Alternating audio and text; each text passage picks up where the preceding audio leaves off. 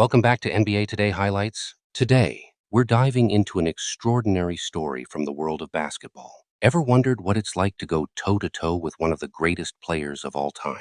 Get ready, because we're exploring some jaw-dropping moments with Kobe Bryant, moments that prove why he's a legend on the court. From fierce rivalries to unforgettable plays, let's relive the drama and excitement of playing against Kobe Bryant. It was a big turning point for him because it was like, he's generally used to talking trash and saying what he wants and nobody really stepping up and challenging him on that. And when he saw me challenge him on that, he was like, this kid's crazy. Kind of perpetuated it out of the locker room because one thing I understood was marketing. So, yeah, I don't like him, he don't like me, and everybody talked about us. Kind of went too far to where people kind of believed it, but if you believed it, if we believed it, you think we went 3 out of 4? If it was real, you think that when we won our first championship, 30,000 people in the arena, one guy runs and jumps in my arm? So all it was a respectful big brother, little brother relationship. After that day, they were like, okay, Kobe, you're certifiable. Did we get along all the times on the court? No, but we know in sports, that's how it is in the locker room.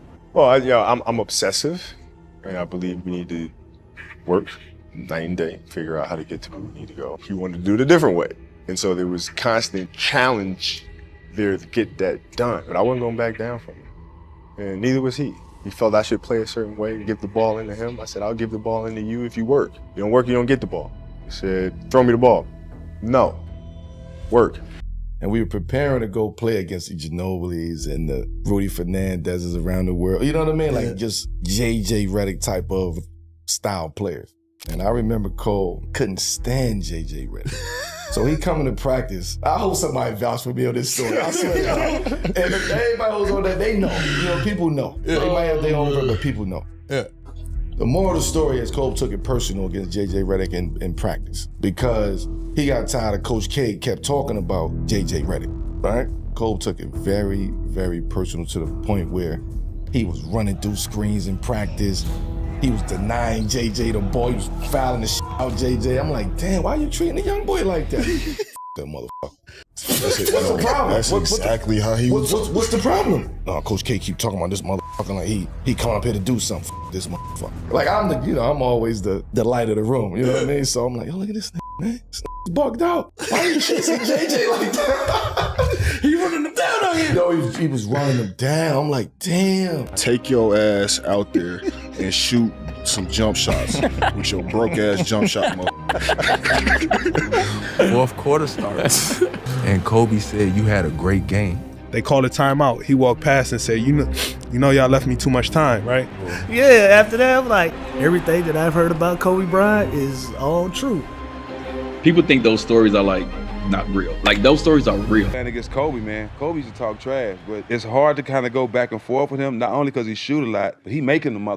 He's a bad and you don't get that many attempts. No, not even close. So I finally got a post up on him. You know what I mean? I got the ball on the post. I'm backing him down. You know, I'm looking at him like, little nigga, and I'm finna, that's how I'm looking at him. Hit him with the shoulder. I turn around to shoot it. He just hit my whole arm. The referee's right there. Don't call nothing. Wow, whole arm off, right?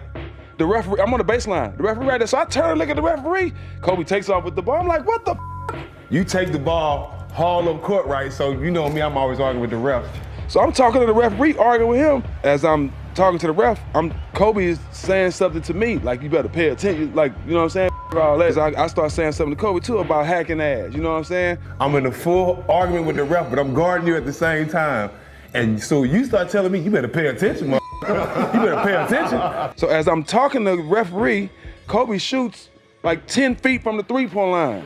You shoot the from the logo, net, and gives me a little smirk, like look at me, and then the referee look at me like, then the referee give me the same little look like, I'm like, so look, this one made it worse. Kobe just run down the court just talking to me like I'm a kid, and next thing you know, Pop just subbed me out the game, so I'm on the sideline looking like I was just a bump, you know what I mean? Then Pop subbed me right out. Of course he did. I'm like, oh, he go up at 69, I can't get my get back. Hey man, I just try to with y'all as much as possible. So I just tried to do what I could to take you guys out of the game. You know, even if it meant like your replacement. The person that was coming in for you guys did a better job guarding me. Yeah. then I'd be comfortable with that. First it was Bruce Bowen, then me, then somebody else. He's just knocking us all off. And then you wait, and then you roast them. And then you guys are over there like, what the am I doing over here? Our was a little bit of back and forth talking that situation in Orlando with the ball fake, but it was more the grabbing, the elbowing. I caught a tip dunk that he tried to block the white shot, and he left me open, and I went and tip junked, and I was coming off the rim. Fucker tried to elbow me on my nuts, so it just came to a point, like you said, where he fouled you right in front of the refs, and the refs act like they motherfucking Ray Charles at the time. Like, you know, you fucking saw that. Exactly. Right? Everything. I caught a dunk tip, he elbowed me. I'm just like, what the f? And I'm the one getting fouled. I'm the one getting teased. So it just, he tries to mentally f you too, because physically, you know, there's not much you could do with him, but he tries to get that mental battle too, whether it's talking elbowing you, pump faking you 18 times, and then you jump and he barely slides against you and the ref calls a foul. So it came to a point in Orlando where I might have to fight this dude. You know what I mean? Like basketball, everything. He was doing all this dirty shit, and I would get caught retaliating. So I got a couple fouls. I got 1 T. But it's bullshit, like you said, because you got to do everything you can to stop him, knowing goddamn well. I know in our situation, he took like 30 shots that game. Yeah. You know what I mean? So, you know, with me, there was going to be hard fouls. There's going to be no easy layups. If you shot fake me too many times, I'm just going to foul you. I'm just going to foul you hard. You know what I mean? And that's what I explain to people. Like, great offense is always going to be great defense. You just want to make them work for everything. So if you scored 30 points, I wanted you to take 30 shots. Yeah. So my whole career, I always wore Kobe's. And I remember it was a time I played against Vince Carter earlier in my career, and he was like, man, you wear those when you play versus Kobe? That was my first time really like thinking about it. Like, so it dawned on me. So when we played Kobe again, I said, man, I ain't wearing no Kobe's. Fucking, I ain't wearing them next time I play Kobe. Yeah. Just, you know what I mean? He ain't about to have no mental edge on me. So I remember wearing some Jordan 10s. Wrong fucking thing I should have did. We walked out on the court. He looked at me, looked at my shoes, said, that's what the you doing? The you got on your feet? I said, he just shook his head at me. End up killing them. Right? The game was close. We kept it close. They get the rebound, call the timeout. They called a timeout. He walked past and said, you know y'all left me too much time, right?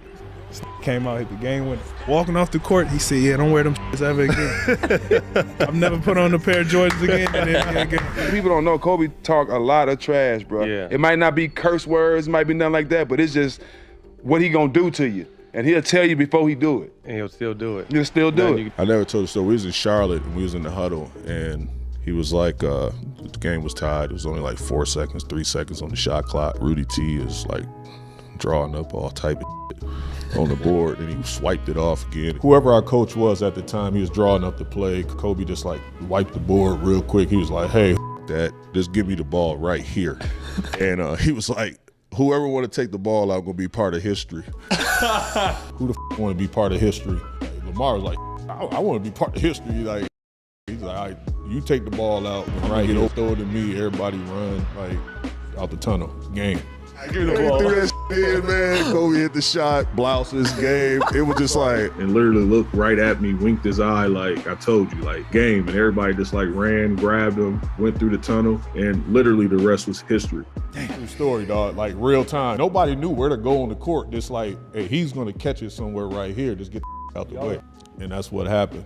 OG was different, man. He was different. But that was him. Like that was just who he was. JJ Redick and Cole and Team USA. Like, we was locked in. My welcome to the league was training camp. That was one. Okay. I'd probably say the first time Kobe cussed me out. We in the locker room talking, and somebody had told me something about what Kobe had said in the media, and I was like, bro, Kobe say this or whatever? Me and Nick, somebody else, we talking, and then Kobe come in, right? So Nick, bro, he like, hey, Kobe, Juice said that. And Kobe was like, what? Like, so we having this whole conversation. I don't even remember what he said, bro, in the convo. I just remember he ended it with, take your ass out there and shoot some jump shots with your broke ass jump shot, and I was hurt. Yeah. I was like, this is my idol. I'm hurt. And sure enough, that's what I went out there and did. Okay. He just started guarding me at the free throw line. I got the ball at the 3-point line. He always at the free throw line. And I told him I've been good my whole life. I've been the bad my whole life. I never had nobody guard me like that. Yeah. So it messed me up psychologically. I'm like, what's going on? I don't know what to do. Somebody, I don't know if I should pass. I don't know if I should shoot. I'm like, should I try to drive? I'm like, why is he giving me so much space? I'm just holding the ball. And Man, it got to my head. Anybody know Cole? Cole respects you if you a dog and you gonna go at him. You go back at him. And that's when Cole started to respect me, when he realized, like, I'm not backing down. And it's not that attention, it's just who I am. I mean, me and Cole, we got into a little tussle in the All-Star game a little bit, and I ended up hitting him the wrong way and broke his nose. That was the first time I've ever seen that. But I'm gonna tell you the thing. So after All-Star break, we got the Lakers about like 3 games after the break. Yes, he got the mask on. He got the mask on. Yes. So but you know what? I called him, you know, I'm not maliciously, didn't maliciously do it. I called him and I said, yo, Cole. He was like, bro, I love it. I'm like, you what? He's like, I love it.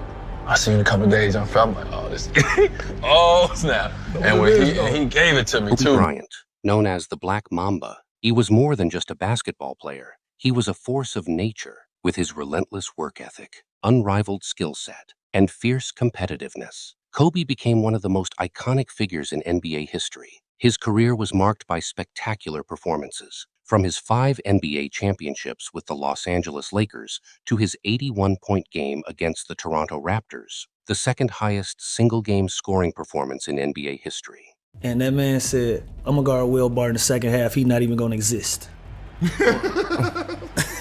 But Will had 25 at halftime. Yeah. So we look around like, all right, like, go ahead, OG. Because, you know, they was trying to fight to get in the playoffs. So I remember he yelled at West, and then next thing I know, he was guarding. Oh, it was like, man, it's on. That's how I was. I had just played well. I just hit my first shot. So you feeling I'm good? going up against, you know, who I think the greatest player of all time. He'll say some wild shit, yo. Like, we'd be sitting on with the a training straight table face. and it'd be like, I ain't asking him nothing. He'd come out of nowhere and you'd be like, With a straight, what?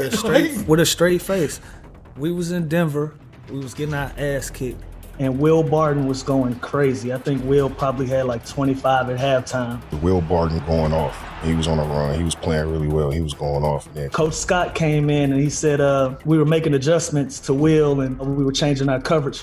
And Coach From said, dramatic confrontations to unforgettable plays, Kobe's influence on the game and his opponents was profound. So, let's relive these iconic moments and see why Kobe Bryant remains a legend in the world of basketball. Hey, Joe, that's hilarious. I must have been a crazy. It was this one. It was yeah, I missed me by inches. Then again. 2 points after that. And he guarded him. He guarded him.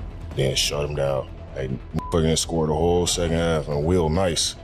Then scored the whole second half. Kobe went out and guarded him that second half, and Will Barton had 2 points the second half. And when he put his mind to something, he meant it. He was gonna get it done one way or another. He got into my head. I'm hitting the crowd, shoot. Yeah. And now, I'm so nervous about shooting the ball. I'm so messed up. I really don't want to shoot it. Now I shoot it. That thing ain't going in.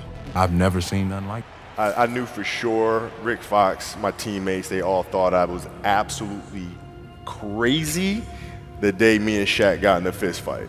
I think I can remember the first time we had our first fight, and you looked and said, okay, this is crazy. I did say that. Yeah, you did. Yeah, You did. crazy. You did. Anyway, we were playing a pickup game. We was doing a lockout season, Southwest College, playing a pickup game. We're on opposite teams. Right. And trash talking. Yes. And you kept saying, yeah, take that little. I'm like, I'm looking around. Me. Yes. Right? And I said, oh, hold on, ain't gonna be too many more of those little, you know. Yeah, I remember that. And what'd you say? Well, what you gonna do about it? What you gonna do about it? And then that's, the next thing I knew, I saw a big hand coming this way, and I remember going this way, and I remember throwing some lollipop, Golden Polynese came and caught, and then they all just kind of broke us apart, broke us up. That day, all right, I can win with that. And then from that moment on, I knew we spoke the same language. It doesn't matter if we had disagreements this and the other, our drive to win, like we have to win. There's no other option. I guarded Kobe in the garden.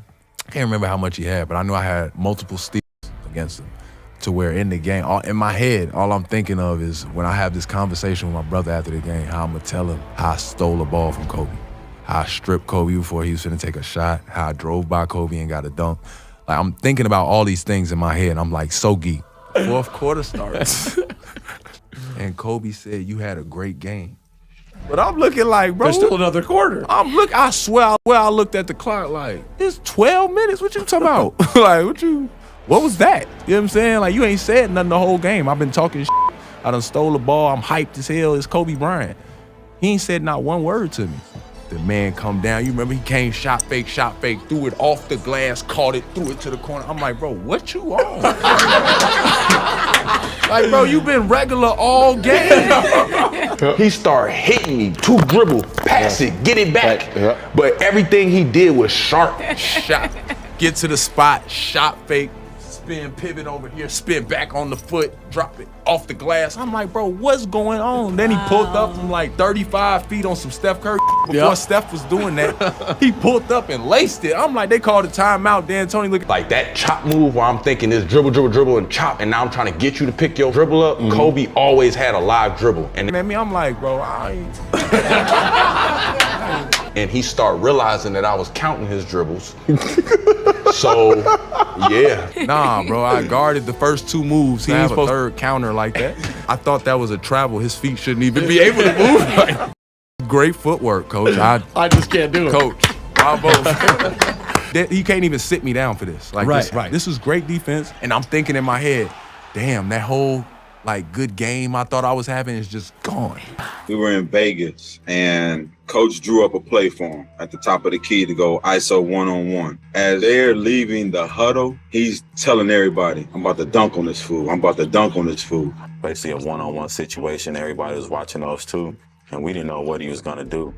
And when he finished the play, which was dunking the ball through the basket. Here we got a dribble drive, change of direction by Bryant, slam dunk. I don't think our reactions was because of the dunk. Our reaction was because he said he was about to do that dunk. And that's why we was just like, oh my God, we cannot believe he just said what he was going to do and he did it. And it was spectacular at the same time. Not trying to dunk it and the ball going in the stands. He really finished the play, and that let everybody know that here's a guy who's going to be special in this league for a long time to come. And there you have it, a glimpse into the intensity and brilliance of Kobe Bryant. His drive and skill on the court were unmatched, and his stories continue to inspire players and fans alike. If you enjoyed this deep dive into Kobe's legendary moments, don't forget to hit that like button and subscribe to NBA Today highlights for more incredible sports stories. Share your favorite Kobe memory in the comments below, and stay tuned for our next video.